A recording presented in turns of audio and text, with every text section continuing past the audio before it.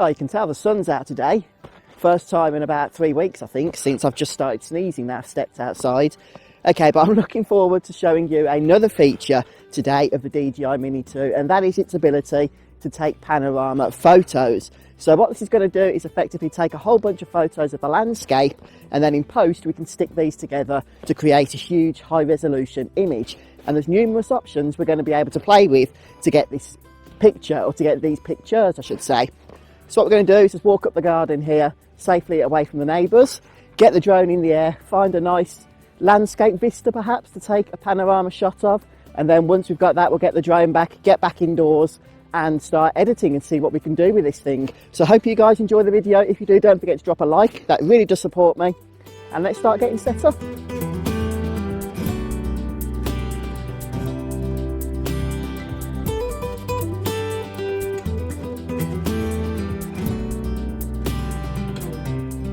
Okay, so I've just checked the weather app, or the drone app, and I can see that we do have quite a bit of wind today, looking at about 25-mile-an-hour gusts, which isn't going to be ideal for trying to take some panorama shots, but we'll see what we can do. It's also getting a little bit cloudy, which doesn't help, but let's get the drone in the air so that the less time I spend valeting, the more time we've got to actually get things done.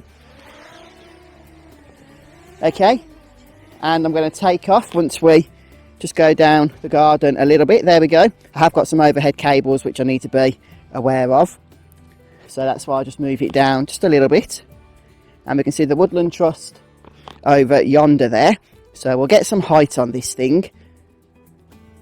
There we go. If I take it to about 55 meters, 60 meters, then that should be enough to get us started at least. And I want to try and find somewhere there's not too much exposure. In fact, one of the features of this drone, if we just go to the settings app here, and if we head over to camera, we can see that there is an option here for exposure warning or overexposure warning, and we can turn that on. And what's going to happen then is we can see on the image on the screen where there's going to be a little bit too much exposure. Now, the only way we can really fix that is by adjusting the exposure values, which is down in the bottom right hand corner. But first of all, let's try and line up the shot that we want, and remember we're going to be going for panorama shots here, so we need to figure out exactly how much we're going to be getting into focus. And yeah, I'd say if we take some photos from around, let's go a little bit higher first of all, so as not to annoy the neighbours. I'm sure we won't from this distance, but I do like to be a little bit more careful. Again, just being cautious of that wind and battery. We're down to 63, but I didn't start on a full charge. Okay, and how much of the horizon do we want in? Maybe a little bit more. It's going to be hard to do panorama at this height, so let's just drop it down because of those wind warnings. It's working against us today, unfortunately. Let's try 70 meters, and I'm going to leave the exposure values. I'll probably leave that to another video. Let's go ahead and swap over to photo. Oops, need to stop recording on the phone there. Then swap over to photo. Okay, and now what we're going to do is tap the button at the top there, the little clock button, and we want to select Pano for panorama, of course. And we've got multiple options here: sphere, 180 or wide angle. Sphere does a full 360. It's a pretty nice effect, as you can imagine, but we're going to select the 180 version for the purposes of today's video, and hopefully we'll be able to get this done with the wind warnings. Maybe if I just drop that down just a little bit more. Let's go to 60 meters. I can see the drone just shaking a little bit in the wind, which again doesn't really help with our pano shots, but when you get strong winds, the lower the better effectively for the drone. Let's just raise the gimbal a touch. We will get quite a bit of sky in there, but that's okay. I think let's go ahead and start taking the shot. So all you need to do is tap the start button excuse me, and that will then take over at that point. It's an automatic procedure. You can of course take manual panorama shots if you wish to do so, and that's it. It's a very quick process. If I just pop back over to the settings again, camera, one of the downsides to doing it this way automatically is that the images, each image is a slightly lower resolution than if you was doing them manually, which is kind of annoying, but it does take a lot of the hard work out for you. Let's go ahead and select JPEG and RAW and see if we can once again take a pano shot here. And I'll do exactly the same shot again. So with the RAW image selected, it's going to look a little bit washed out when we first import it onto our computer, but it gives us far more flexibility when it comes to doing a little bit of colour grading, which is always helpful. And at least it is getting those JPEG shots for you as well. So I do recommend, if you're going to be doing editing, and with pano shots you have to anyway, to bring them together to make sure JPEG and RAW is selected. And maybe while we're up in the air, we can just go for one of the other shots. Maybe we can go for, let's go for the sphere. This one will look a little bit weird, at least initially in post, but we'll sort that out. Let's go ahead and start again. Now this one will take a little bit longer because it's going to be taking many more photos. Again, because of that wind, it's going to be a little bit shaky. So hopefully our software, Lightroom is what I'm going to be using, will be able to bring all that back in relatively in one piece. We can see that the sky, of course, is slightly overexposed here, but hopefully we can do something about that in post as well. Yeah, in another video, I will probably go over the exposure settings, but that might take a little bit of time. And because of the wind today and the fact that I'm not on full battery, I was initially going to show you some of that, but I think it's best if we leave that for another video. There's our field. There's the woodland trust area. Yeah, this basically gets images from every angle.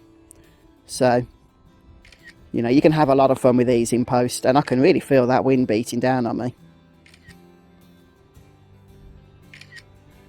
Okay, and it looks like it's finished now.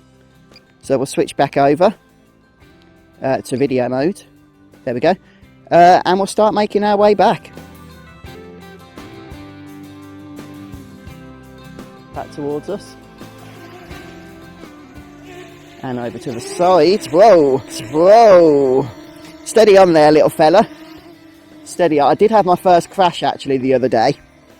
I have got the footage of it. I don't know if that's something I should share with you or not. It wasn't a major crash, but it was a bit of a oh pants moment, and my well, let's just say that my heart did drop a little bit.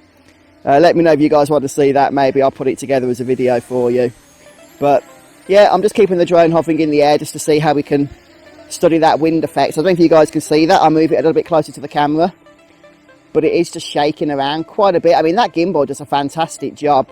It really does do a brilliant job at just keeping things steady there in terms of the image. But the drone itself is, well, it's all over the place at the minute, as you can see.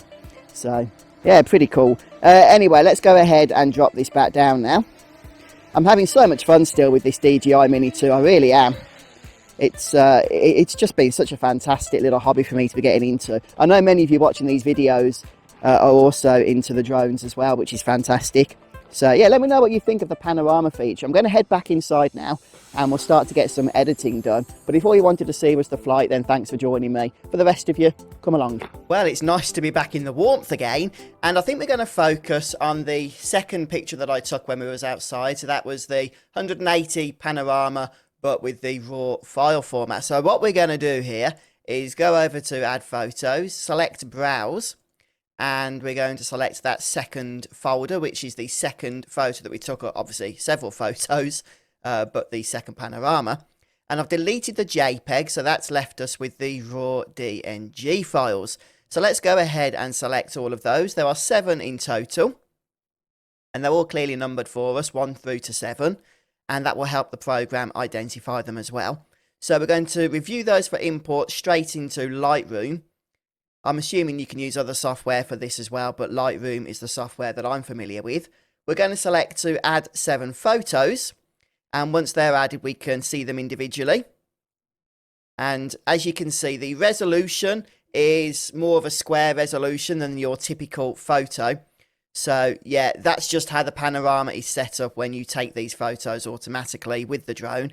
If you want to have some larger photos, then you can still do panorama, but you would have to take manual photos, and I'm just not skilled enough to do that to, you know, reposition the drone for each photo. There'd be so much overlap Yes, we could fix that in post, but I'd rather it just do the work for me. I'm lazy like that, you see. So what we're going to do now is select all 7 images here. And I do that just by holding shift down after selecting the first one and then selecting the last. We shall right click and select photo merge. And here we're going to select panorama merge. And it does the work for us. Lightroom is a great piece of software. There's very little for us to do. Now, we're going to talk about the white bit in a moment that's above and below the panorama. But first of all, I'm going to select cylindrical. Okay, cylindrical is the best option, in my opinion, when you're going for a 180 panorama. If you want to edit a 360 panorama, then the spherical option is going to be for you. Now then, we can see that there's a little bit of warping taking place as the pictures have been stitched together here. So the first thing I'm going to do is just tap auto crop. And what that's going to do is just zoom in on the image a little and it will just cut off those white boundaries. We can also apply a boundary warp instead. And depending on how much we apply, that's going to affect the white boundaries as well. But that's more to do with the curvature that you get on the sides of the image. So I'm just going to select auto crop and increase the boundary warp just a little, but I don't mind the warp effects, so I'm not really going to mess about with that too much. Let's just put it to 9. And just be careful, because if you start fiddling with these options too much, it's actually going to try and add data, a little bit like when you add content aware in Photoshop or something, and it might not always look perfect if it does that. So I wouldn't fiddle about with this too much, but auto crop is probably one you're going to want to use. And as you can see, even though this was a raw image, it's already gone ahead and added a little bit of coloration. And that's because the default setting in Lightroom is to have an auto color grading effect there. So there we have it. That's the panorama.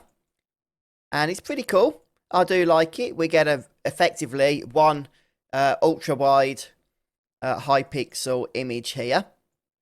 And of course, we can add a little bit of color grading if we want to do so.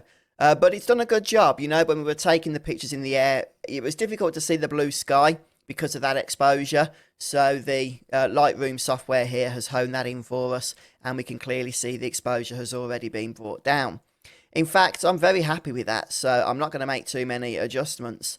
You might want to add a little bit of extra colour, but that's entirely, of course, dependent on your preferences. I'm not the best at colour grading, if I'm going to be honest with you. Let's see, maybe we could just adjust the sky a little. I'm not sure which colour the sky is. Obviously it's blue, but exactly which shade is going to be detected here. Just be careful, because as you make these adjustments, you're going to be adjusting other aspects of the image as well. Oh, there we go. I tend to just play with the hue first. I don't want to change the colour of things, but it just shows you which areas of the image are going to be affected. So as you can see, as we adjust the hue here, we are getting effects on the sky, of course, because I've selected this bluish colour. But we're also getting effects on the cars down here, and assuming we're going to get some effects over some of the cars in the other parts of the image as well. So I'm going to leave the hue there now, back to the central position. And we can just adjust the saturation a little bit, bring a little bit more blue into the sky. We don't want to go crazy with this because it's very sensitive. And of course, we are going to be adjusting these vehicles as well. We can adjust the brightness or lower the brightness with the luminance there if we want to. So maybe we could just touch it down a little bit. Okay, and that's going to affect those parts of the sky that are blue in the image, and we can do this with other parts of the image as well. So let's say we want to affect the green field type areas, then again, just play with the hue. That'll show us which areas are going to be affected. Obviously, that's going to be the fields. And let's just go ahead and add a little bit of saturation to that to bring out those colours in the fields and the grass. And any green cars, of course, are also going to be affected, but I don't think there's a whole lot of those in the image. Yeah, that looks pretty good. And we can also, you know, maybe want to bring out some of the colours of the houses. Let's just again check the hue there. Yeah, some of the houses are going to be affected by that. Maybe on the red. Yeah, some of the houses will be affected there as well. I don't want to go crazy bringing out the saturation and stuff, but just having those colours pop a little bit just creates a little bit of a more vibrant image, in my opinion. And yeah, I'm not going to go crazy for the purposes of this tutorial, but the good thing with Photoshop is that you do get these sorry, not Photoshop, Lightroom, you do get these options to just play about with things as much as you want. You can adjust the midtones, the highlights, and the shadows as well. If you want to increase the effects or decrease the effects that they have on the image. And I would probably spend a little bit of time on that normally, but again, I'm not going to for the purposes of time here. But once we're ready, we can effectively save this image, export it. And that's just a case of going to File up here and then Export. And then we get to choose our export options. So we can choose to save it as the original file type, or we can save it as a JPEG. Just bear in mind if you're going to be sharing these things online, that because it's a panorama with a lot of pixels, it's going to take up quite a bit of space. So if you're going to be uploading to social media, you might have to reduce that file size a little bit. But I'm just going to keep things pretty much as they are for now, and we'll export that. Let's just export it to the folder, to the same folder. And there it is. Let's go ahead and just open that up in the Windows Photo app, and we'll put that into full screen and then control mouse wheel to zoom in. And I've got to say, it looks absolutely fantastic when you consider I did such a quick job with this, didn't I? We took the DJI Mini 2 into the air for a few minutes and then spent, what, 5 minutes, if that, in Lightroom. But I've got to say, the effects that you can get here are absolutely incredible. Of course, if I was going to be wanting to use this photo for something more important than just a quick YouTube tutorial, then I would have spent a lot more time on it. But yeah, this is the effect you can create in such a short time. 7 photos that the DJI Mini 2 takes for you, and then Lightroom will stitch together automatically. Literally no effort on my part required to do that. And we get an awesome panorama. So we could print this off, professionally or whatever, and have a nice big image displayed on the wall, or just do whatever else you want to do with it. But yeah, what do you guys think of the panorama feature here with the DJI Mini 2? I've got to say, I'm really impressed with it, and I'm looking forward, especially as the summer starts to roll around and maybe the lockdown restrictions are lifted, we get to go out and about a bit more at some of the shots I'm going to be able to get with it. But folks, if you've enjoyed this video, then please do support the channel just by dropping a like. That really does go a long way for me, so thank you for those that do so. And if you want to see more DJI Mini 2 content and drone flights, then please do let me know, and I'll see what I can do for you folks. But yeah, thanks for stopping by. I hope you all have a great day, and I'll see you next time. Bye.